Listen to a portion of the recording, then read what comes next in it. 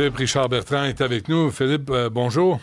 Salut Benoît. Alors, on attend le point de presse de François Legault, puis je pense que tout le monde le sait au Québec, là, on annonce la démission de M. Legault. Ouais, grosse nouvelle ce matin. Je peux te dire, depuis les 17 dernières minutes, mon téléphone n'arrête pas de vibrer. Je reçois des messages textes. C'est un Ouais. peu la panique pour ton information au Québec et au gouvernement du Québec.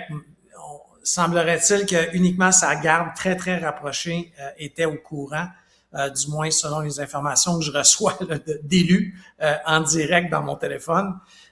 Donc, c'est de voir ce qui va se passer à 11 heures, mais ça n'a pas été deux mandats faciles, Benoît, là, pour le premier ministre. On se rappelle, élu il y a 8 ans, avec une très forte majorité. Il y a eu la COVID. C'est le gouvernement de la CAQ qui nous a aidés à passer à travers la COVID. Après ça, on peut Il y a faire eu, nos non, gérants. mais ça c'est important, là. Il y a eu 5000 morts dans les CHSLD, là. Oh, oui. Tu sais, il y a eu beaucoup Puis, de morts. pour ton information, c'est plus que partout sur la planète. Ouais, Tu sais, donc, c'est ça. c'est pas ils nous ont passé à travers la COVID. Après ça, là, tu sais, je veux pas juger quoi. Il y a personne qui savait comment faire ça. Ça s'était jamais vu Ouais. sur la planète. Donc, ils ont fait du mieux, mais on reste quand même la province qui a eu le plus de restrictions, qui a eu le plus de morts. Donc, tu sais, ça n'a pas été un passage facile. Après ça, on s'est dit, bon, on se sort de la COVID, on va essayer de stimuler l'économie. Il y a des chèques qui ont été envoyés, le fameux chèque là, qui a été envoyé par le gouvernement Legault qui a coûté des milliards de dollars. 3,5. Après ça, on s'est dit, on va stimuler l'économie avec notre ministre Pierre Fitzgibbon. C'est l'arrivée des prêts pardonnables. On a encore perdu, Benoît, des milliards de dollars. Là. Nordvolt, là, avec juste la filière batterie, c'est une catastrophe. Après ça, démission de plusieurs éminences grises à la CAQ. Pierre Fitzgibbon, Lionel Carman, Christian Dubé au retour des fêtes. Après ça, il y a eu des gens qui ont été exclus du caucus de la CAQ. En d'autres mots, ça n'a pas été facile du tout. Il a perdu M. Bonnardel, il a perdu Éric Kerr, tu sais, les premiers alliés de la CAQ, là, l'espèce de groupe fondateur. Joël Boutin, qui était aussi dans la machine de la CAQ. Là, Joël Boutin, Mme Boutin, c'est un produit de la CAQ. Là, en d'autres mots, là, il est retourné au privé. C'est un gouvernement qui a coûté extrêmement cher en élection partielle. Faut pas se cacher, une élection partielle égale 500 000 Ouais. Augmentation du revenu des élus, c'est la CAQ, 50% de leur augmentation de leur revenu. On apprend dans le Journal de Montréal. En même temps, quand on voit les hauts fonctionnaires, M. Arruda faire 350 000, être sous-ministre adjoint, tu sais, là, tu dis, attends une minute, là, les recteurs d'université qui font le double du salaire du premier ministre, c'est comme le monde à l'envers, là. Non, je suis d'accord avec toi.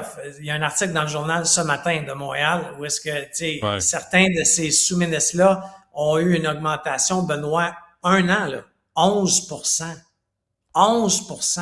Tu comprends que tout ça, ça vient faire des petits couteaux, tu sais, des petits coups de couteau dans le dos de toute la CAQ. Comment tu veux gouverner? Comment tu veux mettre les finances publiques au pas quand tu t'auto-donnes une augmentation de salaire, quand tu badigeonnes tes hauts fonctionnaires avec des augmentations? Alors, honnêtement, la confiance des Québécois envers la CAQ, qui, rappelons-nous, Benoît, là, il y a 8 ans, qu'est-ce que M. Legault disait? Je vais faire le ménage dans l'appareil, dans la machine québécoise. Ouais. Et il n'y a jamais eu autant de fonctionnaires embauchés que dans les 8 dernières années. Non, c'est ça. Il y a eu des déceptions. Et là, on le voit, il y a un sondage qui est publié aujourd'hui. Là, M. Legault, à 75%, les gens ont un avis défavorable à son endroit. Là, ça ne doit pas aider pour rester, pour pouvoir continuer à être premier ministre et à être en politique. Tu dis, hey, à un moment donné, je suis indépendant de fortune, je n'ai pas besoin de ça. Il y a quoi, 69 ans, M. Legault? Tu dis, c'est assez, je m'en vais. Mais tu sais, d'un autre côté, Benoît, qu'on l'aime ou qu'on l'aime pas, puis moi, je vais l'avouer, j'ai voté pour la CAQ au premier mandat parce que je me disais, hey, je veux du changement comme contribuable québécois. Ouais. La premier mandat, je me suis dit, bon, la COVID, on va leur laisser une chance. encore une fois. Mais là, le deuxième mandat, il fait mal. Puis là, je veux même pas te parler de tous les scandales numériques qu'il y a, là. La SAC, où est-ce que c'est... Tu sais, quand tu es le capitaine d'un bateau, tu sais, moi, je suis dans une entreprise privée, là, même si mon employé au support à la clientèle fait une grosse bévue, c'est moi le capitaine. Ma job, c'est de prendre le coup. Puis, mais là, le problème, c'est qu'il est allé à la commission Galland en disant « Je n'étais pas au courant, je le savais pas. » Honnêtement, là... Et ces ministres aussi. Ces ministres sont allés dire la même chose. Là, tu dis « Mais qui est en charge? Y a-t-il un pilote dans l'avion? » C'est ça. Mais là, honnêtement, Legault est possiblement le premier. Le premier ministre Legault est le premier.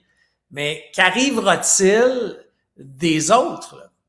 Madame Guilbeault, tu sais, il y a un paquet de monde là, qui leur réputation est aussi entachée. Moi, je veux pas de malheur à personne, mais c'est un parti qu'il va falloir que s'il veut remonter dans les sondages, c'est pas uniquement une course à la chefferie qui va faire ça, là, parce que c'est 8 ans de malheureusement pas très bonnes décisions d'affaires qui va les suivre maintenant et plus tard. Ah, c'est clair. Mais ce qui est bizarre, j'ai sorti les moments où François Legault disait vouloir rester en politique. En décembre 2023, et il disait il voulait se représenter pour un 3e mandat. En avril 2024, il disait ne pas avoir dit son dernier mot. Il serait aux prochaines élections générales. En mai 2025, mon épouse ne veut pas me revoir à la maison avant 2030. Puis en décembre 2025, il disait « Il faut que je reste en confirmant qu'il sera candidat en octobre 2026. » Puis là, on arrive en janvier 2026, puis je pense qu'on va attendre.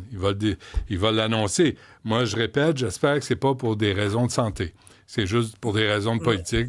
Je suis d'accord. Puis, honnêtement, faut souligner, Benoît, là, qu'on l'aime ou qu'on l'aime pas, c'est un homme d'affaires qui a décidé de venir en politique.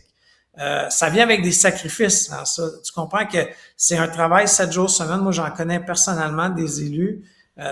Mon père a travaillé il y a 30 ans, là, mais quand même, c'est un travail 7 jours semaine, 20 heures par jour. Tu comprends? Puis là, t'es le premier ministre, là, tu sais, donc c'est pire. Tu sais, t'as beau avoir des subalternes, ta job, t'es dans les médias à tous les jours, partout. Ouais. Moi, je lui dirais, comme contribuable québécois, merci, Monsieur Legault. Malheureusement, ça s'est sûrement pas passé comme vous vouliez dans les 8 dernières années. Mais bonne retraite ou allez faire de la consultation, je ne sais pas, mais je ne lui souhaite que du bonheur. Parfait. Philippe Richard Bertrand, merci. On va aller à la pause.